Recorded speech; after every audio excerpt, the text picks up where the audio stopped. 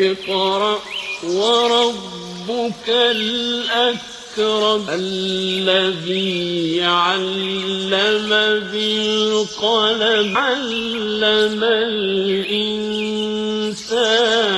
ما لم يعلم. بھٹکل اہم شاہراہ پر پیش آیا سڑک حادثہ، ایک زخمی، 2 دن میں تیسرا سڑک حادثہ پیش آیا. منگلور ایئرپورٹ پر ایک ہفتے میں دوسری گولڈ اسمگلنگ کی واردات، ٹائلٹ شیشے کے پیچھے چھپایا گیا تھا سونا. Green valley school and P U college میں سائنسی نمائش کا انعقاد، طلباء نے مظاہرہ کیا نمائندگی کی. یوگی کی بعد ساکشی مہاراج کی کھلی زبان، مدرسوں کے تعلق سے متنازع بیان دے دیا. قطر اخوان المسلمین کے اہم رہنماؤں کو ملک چھوڑنے کی درخواست، اخوان المسلمین کی حمایت پر شدید اختلافات پائے جاتے ہیں.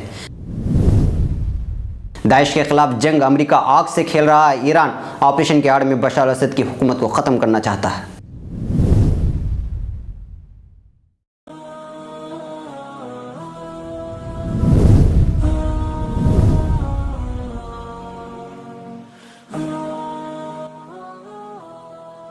یوں بھی لوٹے جاتے ہیں مریض، ڈاکٹروں سے معذرت کے ساتھ. اگلے ہفتے دیکھیے ایک چپتے ہوئے مسئلے پر فکر و خبر کی سیدھی بات میرے ساتھ.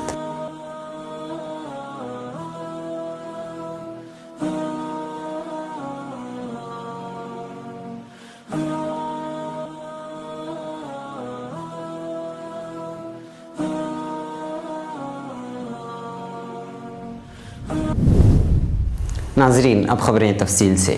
بھٹکل اہم شاہراہ 66 پر قریب 7 بجے بائک اور اومنی کار کے مابین پیش آئے تصادم میں ایک شخص کے زخمی ہونے کی واردات شام 7 بجے پیش آئی ہے.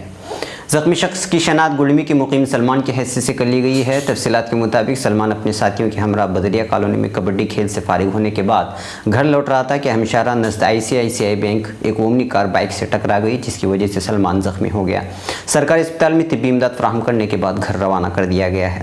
اسی طرح اڈوپی سے تعلق رکھنے والی ایک خبر کہ بچوں کی حفاظت کے لیے والدین اور اہل خانہ کا احتیاط برتنا لازمی ہے.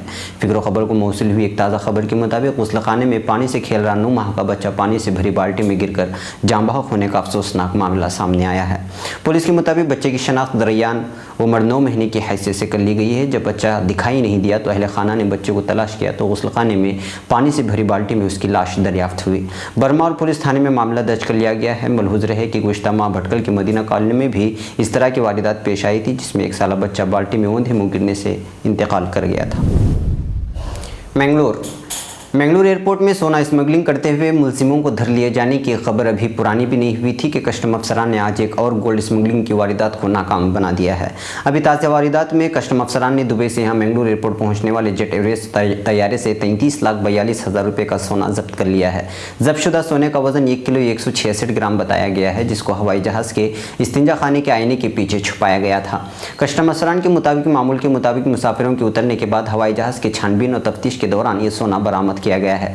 سونا اسمگل کرنے والے اس مسافر کی ابھی شناخت نہیں ہو پائی ہے. اس ہفتے منگلور ایئرپورٹ میں سب سے بڑی دوسری واردات ہے. یاد رہے کہ 4 روز قبل کسٹم افسران نے 38 لاکھ سے زائد مالیت کا سونا مسافروں سے ضبط کیا تھا اور اس سلسلے میں 2 نوجوانوں کو حراست میں بھی لیا تھا.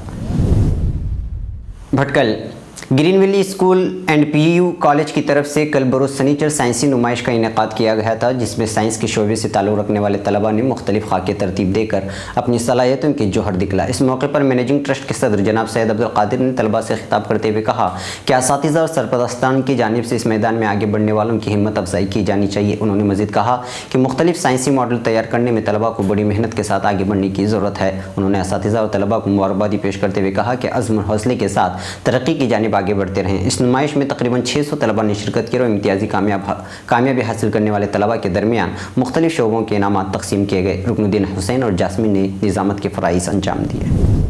لکھنؤ بی جے پی کے رہنما ساکشی مہاراج نے متنازع بیان دے کر ایک نیا تنازع کھڑا کر دیا ہے. ساکشی مہاراج نے کہا ہے کہ مدرسے میں دہشت گردی کی تعلیم دی جاتی ہے. اتر پردیش کے اناؤ سے ایم پی گواہ مہاراج نے نادیم میں منعقدہ ایک تقریب کے بعد نامہ نگاروں سے بات چیت میں الزام لگایا کہ مدرسوں میں قومیت کی تعلیم نہیں دی جاتی ہے. انہوں نے کہا کہ مجھے یہاں ایک بھی مدرسہ بتا دیں جہاں 15 اگست اور 26 جنوری کو ترنگا لہرایا جاتا ہو. انہوں نے الزام لگایا کہ مدرسوں میں دہشت گردی کی تعلیم دی جاتی ہے. ساکشی مہاراج نے مدرسوں کو سرکاری مدد دیے جانے پر سوال کھڑے کرتے ہوئے کہا کہا کہ ہمارے زیادہ تر اسکول حکومت سے کوئی مدد نہیں لیتے، جبکہ قومیت سے کوئی واسطہ نہیں رکھنے والے تمام مدرسوں کو سرکاری مدد دی جاتی ہے۔ ساکشی مہاراج نے لو جہاد کا مسئلہ اٹھاتے ہوئے کہا کہ ہندو لڑکیوں کو بہلانے کے لیے عرب ممالک سے پیسہ بھیجا جا رہا ہے۔ انہوں نے کہا کہ ہندو، سکھ، جین وغیرہ کی لڑکیوں کو بہکانے کے لیے ریٹ فکس ہے۔ ادھر سماجوادی پارٹی نے اس بیان پر سخت اعتراض جتایا ہے۔ سماجوادی پارٹی نے بی جے پی سے ساکشی مہاراج کے خلاف سخت کارروائی کرنے کی مانگ کی ہے۔ ساتھ ہی کانگریس نے اس بیان کو معاشرے کو مذہب کی بنیاد پر بانٹنے کی سیاست قرار دیا ہے۔ کانگریس نے کہا کہ بی جے پی اتر پردیش میں مذہبی دھرم گرو کی سیاست کرنے میں لگی ہوئی ہے۔ قطر کی حکومت نے مصری جماعت اخوان المسلمین کے اہم ترین رہنماؤں کو ایک ہفتے میں ملک چھوڑنے کی درخواست کر دی ہے۔ اخوان المسلمین کے ایک اہم ترین رہنما عمر دریک کے مطابق قطری حکومت نے انہیں ملک چھوڑنے کی ہدایت کی۔ قطری حکومت کو شرمندگی سے نکالنے کے لیے اخوان المسلمین کے کچھ اعلیٰ رہنماؤں نے ملک چھوڑنے پر رضامندی کا اظہار کیا ہے، تاہم انہوں نے یہ نہیں بتایا کہ مصری رہنما کب قطر چھوڑیں گے۔ قطر اور دیگر عرب ممالک کے درمیان اخوان المسلمین کی حمایت پر شدید اختلافات پائے جاتے ہیں اور یہ ممالک کئی بار قطری حکومت سے تعلقات ختم کرنے کا مطالبہ کر چکی ہیں۔ تہران۔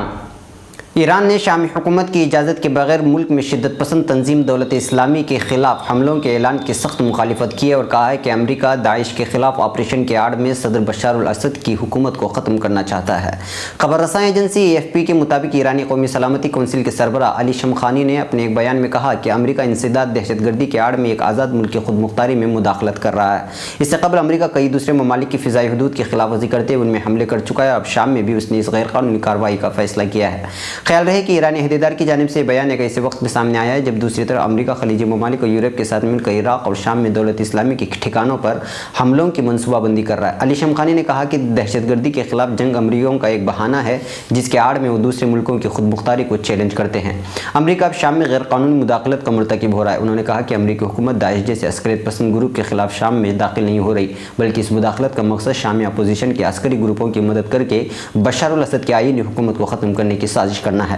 دریاسنا ایرانی مجلس شورا کے چیئرمین علی لاریجانی نے بھی شام میں امریکی مداخلت پر سخت انتباہ کیا ہے۔ خبر رساں ایجنسی کے مطابق علی لاریجانی نے اپنے بیان میں کہا کہ داعش کے خلاف نام نہاد جنگ کے آڑ میں شام میں مداخلت خطے میں آگ بھڑکانے کے مترادف ہے۔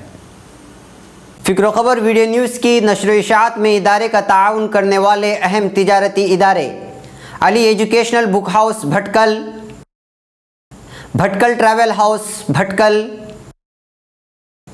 رپکو بھٹکل، افریقہ سپر والیو دبئی، اسٹار وے ٹریڈنگ دبئی، خالد قمیص عبداللہ ٹریڈنگ دبئی۔